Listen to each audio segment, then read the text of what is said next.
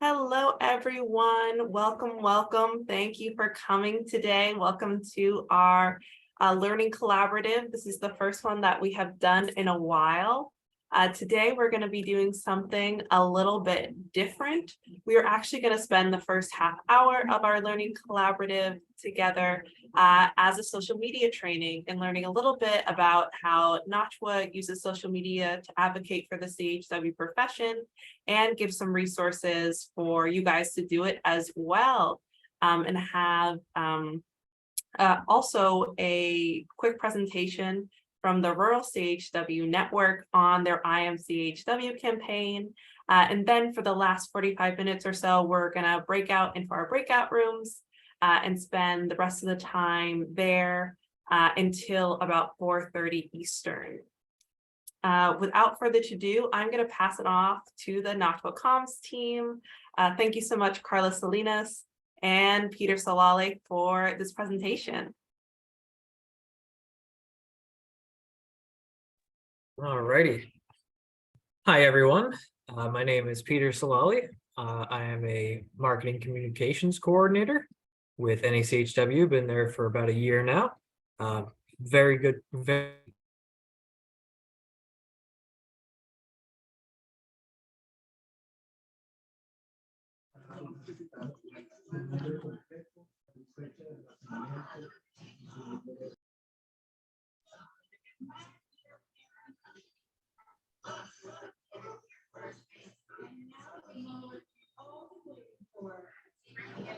I don't think I can hear you. I don't know if I'm the only one, but I don't think I could hear you, Peter. Oh, no. Oh, there you go.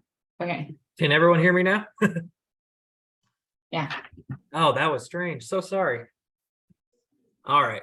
So depending on what I missed. Anyways, hi, I'm Peter, marketing and communications coordinator. And Carla.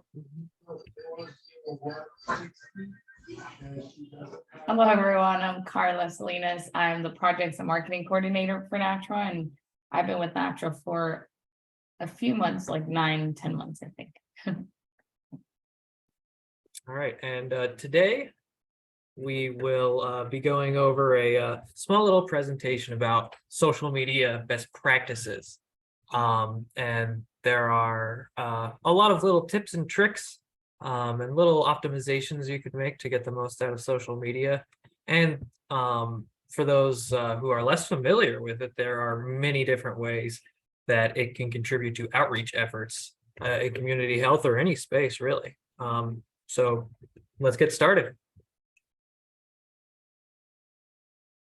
All right. So why use social media? So social media, it connects human beings in ways like never before. It empowers the voices of common people, helping them hold organizations or their government or anything accountable, or other people. It used to be back in the days of yore, if you had an opinion you wanted to share, unless you were a member of the aristocracy, then no one really had to listen to what you had to say. Now anyone can just go online and gossip or make their voice heard or advocate or anything they want, whether it's serious or less serious. But thanks to this wide-ranging and accessible nature, it's an ideal tool for those in the community health space. So with social media, many of the things you can do: inform your audience about upcoming events and opportunities, boost the profile of those aligned with your values, advocate for CHW empowerment to general audiences or more specific ones, and of course, much more. Okay, so it would be a good idea to go over just the big four social media ones, the social media websites, the ones you will most likely be using if you choose to get into social media, whether you're an individual or a larger organization. So Facebook, it's probably the biggest one. It has a skewed older audience, user base very large. It's a very popular app, very user friendly. It's very easy to grow an audience there. It serves as it serves as a hub. It's great for serving as a hub where you create a page for your organization and use it as a feed to reach out to the community, post updates, direct people for news and opportunities. It's a very useful tool for centralization and the usage of social media as a central tool for both your audience in in the B2C and B2B, business to consumer or business to business, depending on if you're reaching out to other organizations or you're reaching out to, say, CHWs on the ground. Now, Twitter, good balance of ages, very large user base too, just a little bit smaller than Facebook, last I checked. Twitter can be a bit tough. It's more difficult to use to its full potential, and audiences can grow quite slowly. It's definitely an app that I wouldn't recommend as the first social media platform to sign up for, especially if you're an organization. It's probably better served as being one that comes after, say, you have Facebook or LinkedIn set up, so you can direct more users there, and that'll give you the boost that you need for Twitter, because otherwise Twitter can be very challenging. You'll be liking and following a lot of different accounts, retweeting just to get a few hundred followers, and it could take a long time. But once you do have a respectable community, it's a great place to post news or little bite-sized updates, pictures, what have you. And it's a very centralized area, great for connecting with organizations as well, due to the ease of which you can connect with other organizations, how many other organizations have accounts on Twitter, and the easiness of how you can share other posts, which is as simple as pressing the retweet button. All right, Instagram. Now this one's more specialized. It skews younger, very large user base, but and fairly user-friendly. It's mainly focused on outreach using visuals. It's not unheard of for you. You're still able to post links and comments and things like that, but it's primarily a visual medium. So it's a great for like visual outreach, posters, flyers, pictures from events. Those can all show up on Instagram. Those are obviously they can be used on other sites, but Instagram is probably your go-to site for posts like that in the visual nature. And LinkedIn. This one's a bit unusual in the sense that it's a good balance of ages, but unlike the others, it's almost mandated that the tone is professional. I'm sure many of you know a fair bit about all of these sites, LinkedIn included, but the professional tone of LinkedIn is very unique. It should be noted. And it's also more white collar than other sites, which might make reaching out to more like CHWs in the field more difficult. And the user base isn't as large as the other sites, but still fairly user-friendly, like Facebook is, great as a hub, and fantastic for network opportunities with you as an individual or your organization connecting with other organizations. It's fantastic as a place to post all your updates and connect with organizations and really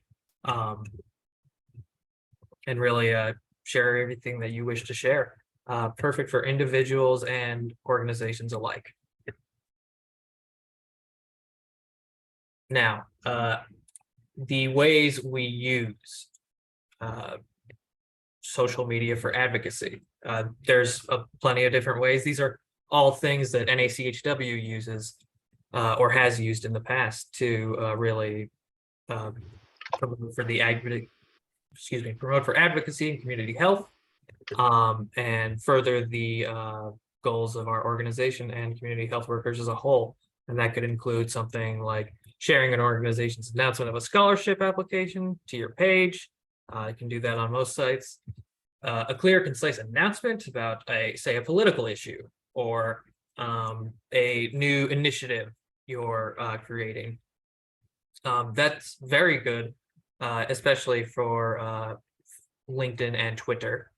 Twitter is very good for those one-off big posts where it's not a lot of wordiness, just things saying, read our statement, so-and-so, and then you link. Because of the 280 character limit, it's very popular for that kind of role. And photo or videos, of course, and networking events, work environments, recreational activities. Great for Instagram, but really also perfect for pretty much any site, depending on what kind of audiences you have and which you prefer to use. And for org specifically, announcements of professional achievements. We're obviously no stranger to posting about accomplishments of our organization or fellow individuals or partner organizations. You've certainly, if you follow our social media pages, you've probably seen a few of those. And then there's the calls to action with the community, whether that be your personal followers or your organization's audience who tend to comment. Prompts for discussion like leave your thoughts below or something like that, in the sense that it fosters a discussion and promotes responses. I would say these kinds of posts are most suited to Facebook and LinkedIn. Twitter can be a bit difficult to follow conversations on due to the way the replies stack, and Instagram, while it does have comments, is more visual focused. All right. Okay, so timing. This is probably one of the most basic and also one of the most important things that you can consider. Here at NACHW, we definitely tend to follow a pretty typical schedule, but of course the best times to post vary greatly depending on your account's niche, tone, subject matter, location, anything like that. And a general rule that we tend to follow here in our mission to promote advocacy and create the desired outreach we want is we aim for midday to mid-afternoon from 12 to 5, making sure to account for time zone differences, and that's in Eastern time, because a lot of us are based on the East Coast. I'm based on the East Coast. So 12 is just about the minimum. Usually it's around the times of 1 to 2 mostly, but it's great because it can reach not only people on the West Coast or on the East Coast during their lunch breaks or what have you. It can also reach people who are on the West Coast, and even the earliest risers in Hawaii, where obviously, as many of you know, there are many CHWs. So this area right here, this time zone right here, or this period of time right here, is a really good time to really reach the largest majority of people possible. The best days are Monday through Thursday. Friday is not a good day to post. Many either log off or they have checked out of work by that point, at least in professional context. If you're an individual posting more personal things or more casual things, you may have more luck. And the same applies to the weekend, because you will have difficulty, especially on a site like LinkedIn that focuses on professional content. You're going to have trouble getting the engagement you want. People will be not online. There won't be as many to like or comment on your posts. So generally the rule you would want to follow, using the East Coast as a base, 12 to 5, Monday through Thursday. Okay, and boosting. So boosting, it's a very, very useful tool. But like Twitter as a whole, I guess you could say, there's also a fair bit to consider if you would choose to use boosting. It's a powerful tool. What it does is it basically boosts your post in the algorithm, which basically means that your post will be visible and seen by more people than one usually would. This is particularly useful on Facebook and LinkedIn that don't really use the what's the term I'm looking for? The time-based feeds of that sites like Instagram and Twitter don't necessarily use.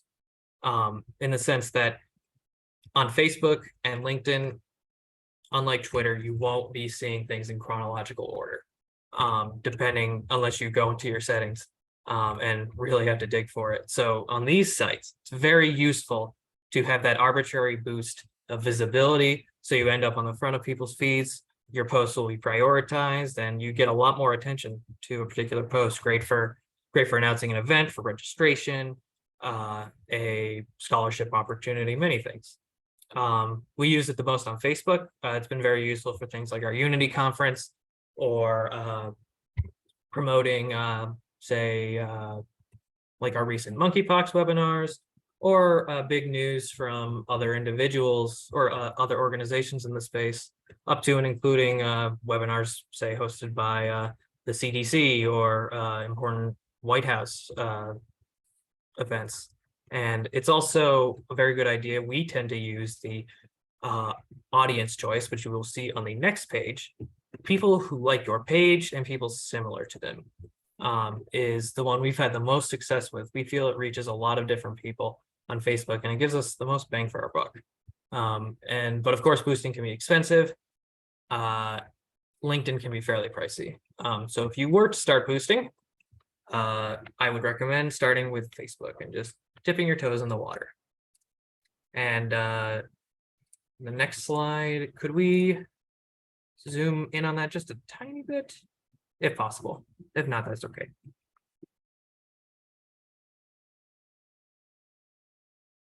It's fine, Carla. I think we should just zoom back out. It's a bit tough. Sorry about that. But yes, this is what the boosting specifically for Facebook looks like. There's a lot of different options, but I wouldn't worry too much because a lot of it will be guided for you. They'll give you advice. It'll be autofill depending on your audience, which you can then tweak to your liking depending on what your goals are for that particular campaign. And it's and as mentioned, definitely use the people who like your page and people similar to them audience. We've had the most success with that. And Carla, if you'd like to continue. Awesome, thank you. So we talked about boosting, and boosting takes, you have to pay for boosting. Now we're going to talk about a little bit of more organic ways, which is what marketers call a way that you can reach more of your audience, more of the people that you want to target without having to pay for it. And this is kind of like it's integrated with the social media channels that you use, for example, tagging someone or using a hashtag. So whenever you want to tag someone, this helps you. So if, for example, if you're doing a webinar with the White House, or if you're doing a webinar with another organization that uses CHWs or that partners with CHWs, then you can tag them in a post. And by doing so, this will help you reach their audience as well without having to pay for that, without having to pay for like your post to show on their feed. So one of the biggest thing when it comes to tagging and hashtags is like, make sure you don't overdo it, because using a lot of tagging or using a lot of hashtags can make the post look like it's spam, or like you're just doing it because you want to get more followers. And sometimes it just, instead of drawing the attention for people, it automatically takes them away from that post. So make sure you're not overdoing hashtags. And one good thing to do is, for example, for Unity, if we wanted to do like a Unity hashtag for people to share their pictures with their swag, or like their pictures whenever they're doing like, whenever they're looking at the workshop or attending a special session, we can create like a Unity Conference 2023, and that will be a hashtag. And by doing that, you can see many other people that are joining the conference, regardless of whether you follow them or not. And this will help you to connect with other people as well. You know how like LinkedIn, it's used mostly for networking. So when you do this, you can help people from your network or from your community or your organization network with other people outside of it. So basically, like, try to take advantage of all those things that social media channels have that are there without charging you for it, like tagging people, hashtags, and other things that are helpful as well, is to make sure that you're taking advantage of the pictures that you can post.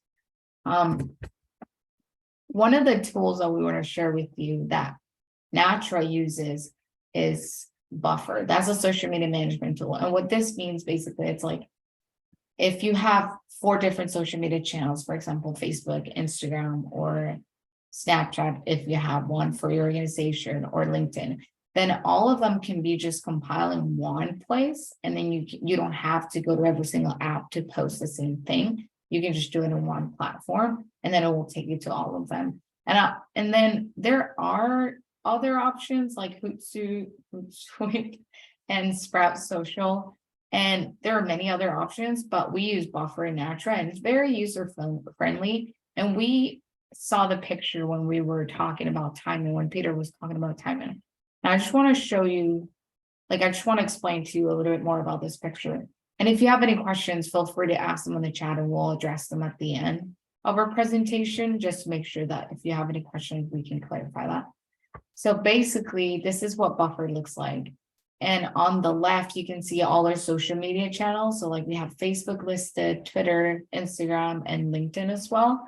So what this does is, like, if I create a post, I can choose either of those times that are already there, or I can create a post and select a different time. And then I can just copy and paste to every single social media that I have added in this. And that way I don't have to like open my phone and go to Instagram and then open Twitter and then go to Twitter and create the same post that I just did. It just makes it easier. Granted, like there is like a limited, so like if you use the free version, you can only have like up to 3 social media channels added, and there are some limitations with that as well.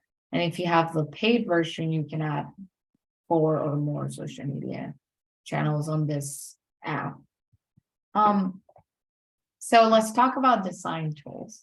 I love Canva. So Canva is one of the platforms that you can use if you're not super familiar with Adobe, or if you're not super familiar with design, or if you like to have a base before you start posting something. This is a great tool. Again, there are other options, NACHW, Visme, and I think I'm trying to think of any other options, but you can just look it up and you'll find multiple options for templates that you can post on your social media, that you can use to post on your social media.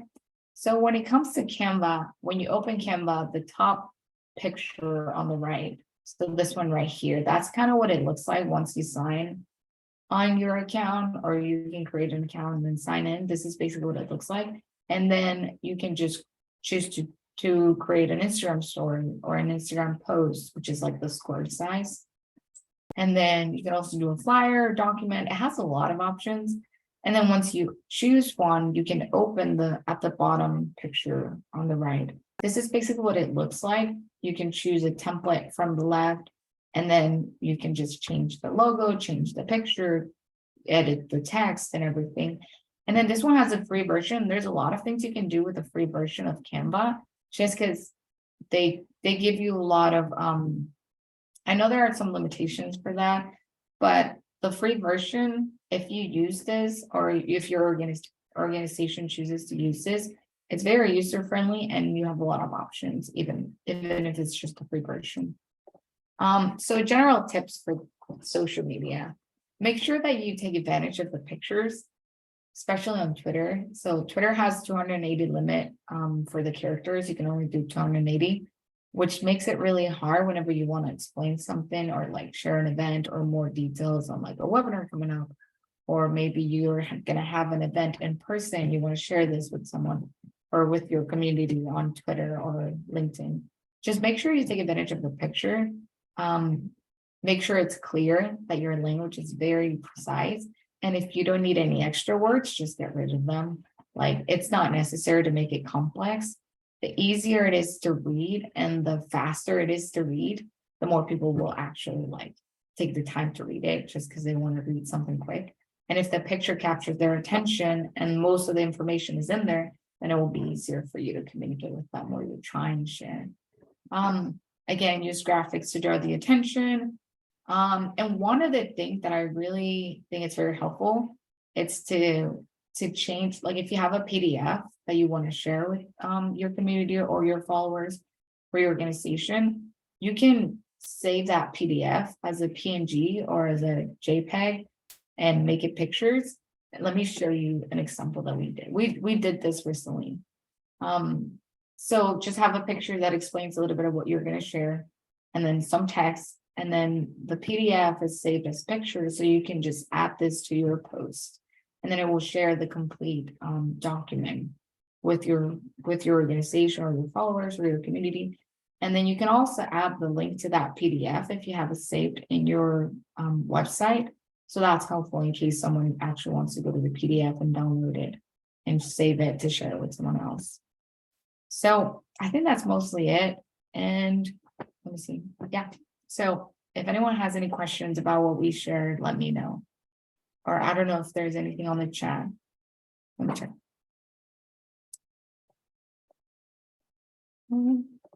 I see some comments about buffer. I don't know if anyone has any questions. I received one question actually, sorry, where was that? Oh, I can't find my chat window. Sorry, one second. I see that you want a copy of the presentation. We can send that afterwards. Yeah. Yes, okay.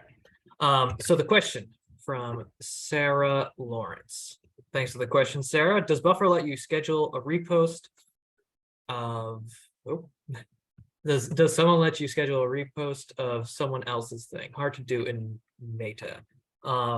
So Buffer, actually, we didn't really touch on it, but it actually has very robust engagement tools as well. I believe there's also a browser extension. I know in the browser extension, you can do things like retweet or repost. But also in Buffer, there's a lot of different engagement tools, which is one of the tabs at the top that allows you to reply to comments, see others' posts, and also browse in the same way you would if you were directly on that site.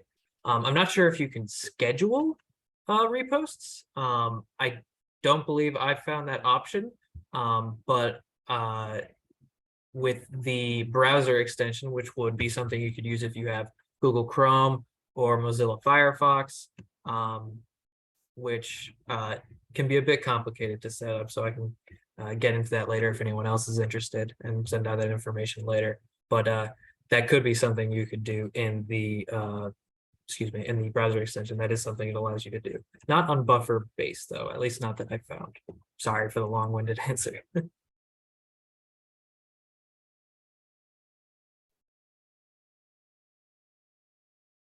If there are no other questions, firstly, I want to say a big thank you to, sorry, Peter, did you have something? No, I was just about to comment on Lucy's comment in the chat. Working with diverse immigrant communities, yes, they may prefer to use different social networks or communications platforms. WeChat is very popular in the Chinese-speaking communities,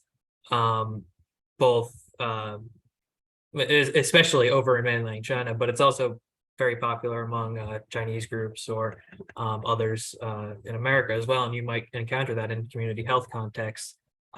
So here we've mentioned the big four, but things like WeChat or WhatsApp. WhatsApp is primarily a text-based platform, basically the same as the text message app on your phone, just encrypted and working over Wi-Fi and across nations.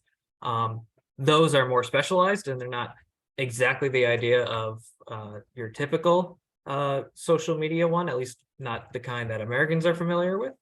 But if your organization or you as an individual is interacting with people who tend to use less mainstream apps, it's definitely a good idea to familiarize yourself with those because they can be fairly different in regards to the big four that we've talked about here, especially in regards to what's considered the correct etiquette, whether or not it's considered wrong to send a lot of posts, because on Facebook, that would take the form of just, posts in your feed. But if you post a lot on WhatsApp, that's basically you texting people over and over and over again. So it would be a good idea to familiarize yourself with these platforms that your audiences may be using.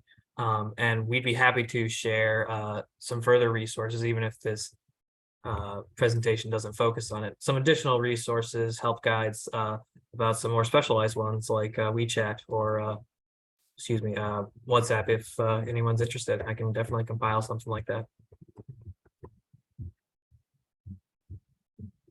Thank you, Peter and Carla. This is a really great presentation. I know folks were asking, yep, we're going to send out the slide deck along with the recording for folks who want to review it or for folks who may have missed it.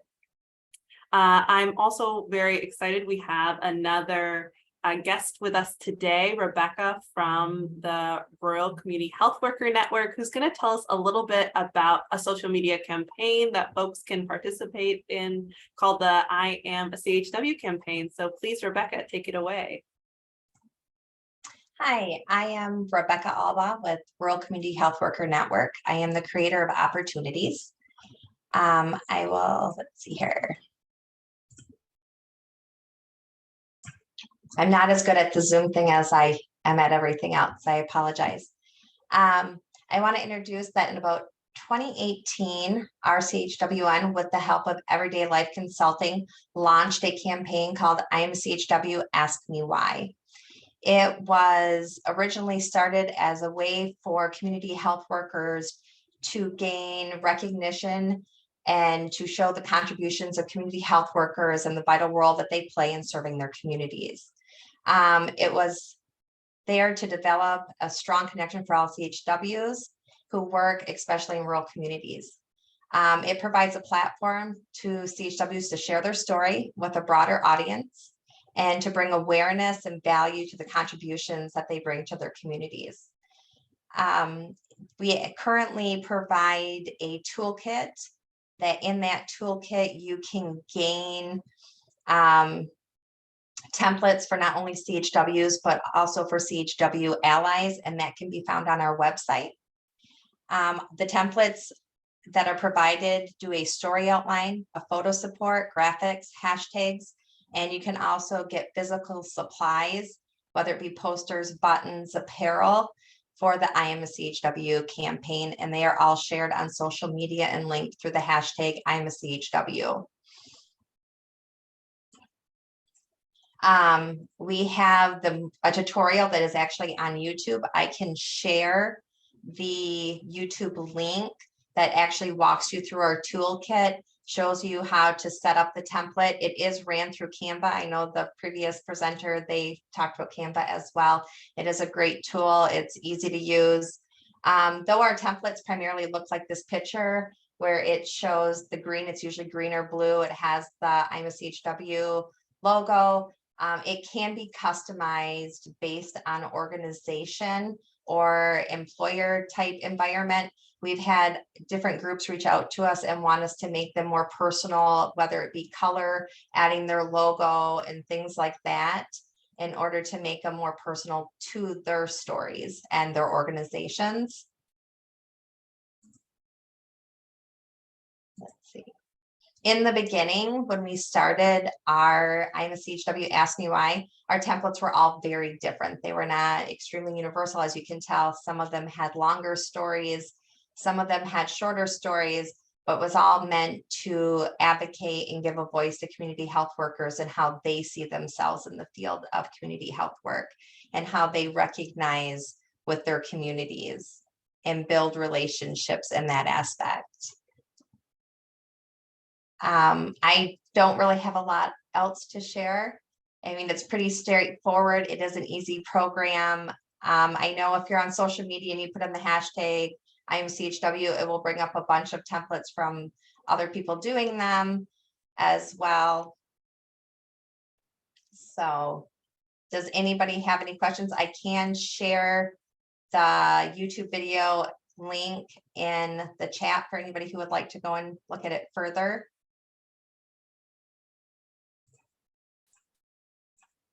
Thank you, Rebecca. I know we have one question in the chat that asked if the testimonials that were just on screen were also designed in Canva.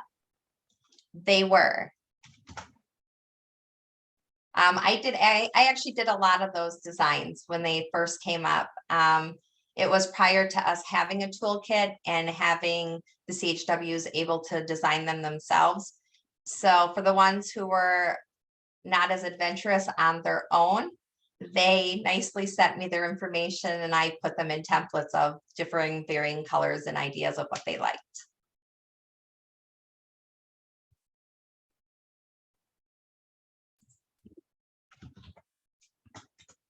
Andrea, go ahead.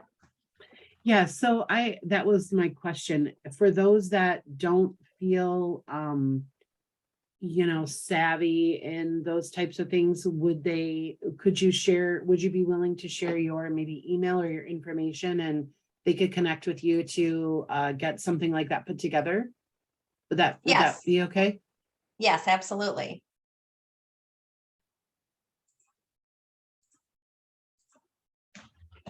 I will put it in the chat.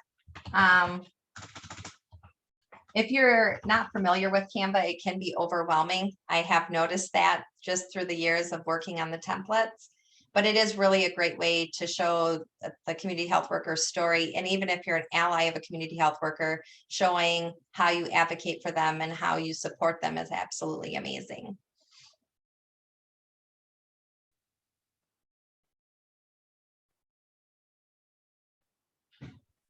Rebecca, I see we have another question in the chat. Someone wants to confirm that this is free at no cost. It is free at no cost. I'm going to give it one more second if folks want to either come on the mic or drop a question in the chat for Rebecca or anything else they've heard so far today. Okay, well, thank you very much, Rebecca. We appreciate it. We hope folks are able to use this tool and some other things we used. We are now going to transition into our breakout rooms. Apologies, it's going to be a little bit different than we anticipated today. We had a facilitator have a last-minute conflict and not able to show up. So we're not going to be able to break out in our usual collaborative groups, but we are going to break out into 4 different groups with some of the facilitators who are our usual CHW leaders that we have on the call here today, like Andrea, who just came on the mic, and Lucy and Danina and Maria Cavernali, who asked that question in the chat. So we're going to take around a 3-minute break while I send folks into breakout rooms, and then we will stay in that space for the next 40 minutes or so, and then we'll come back together for the last 10 minutes. We hope this is a good space for you to connect with others and network and hopefully make some new connections. So everyone take a 3-minute break, and when we come back, we'll be in our groups. Thank you.